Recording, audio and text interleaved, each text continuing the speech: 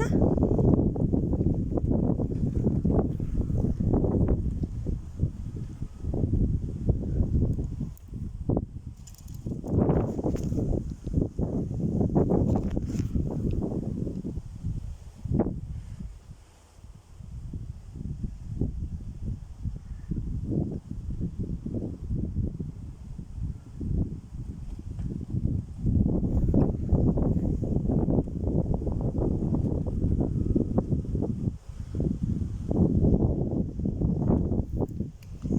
මේ තියෙන ඉතින් මගේ වගාව.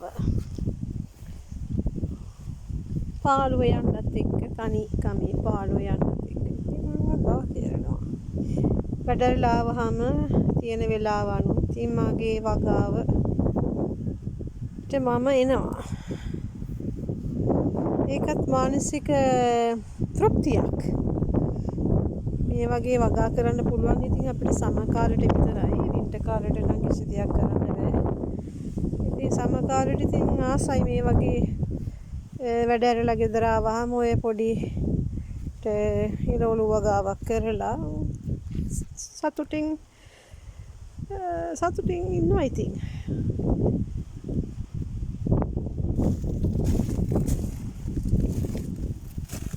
ඒක මනසටත් නිදහසක්.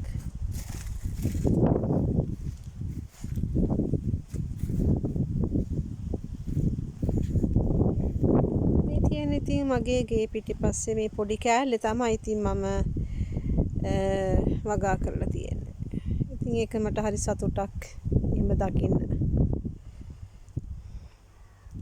තනියෙන් ඉන්නකොට ඉතින් මේ වගේ දෙයක් කරාම කිසි දෙයක් හිතන්න අවශ්‍ය නැහැ.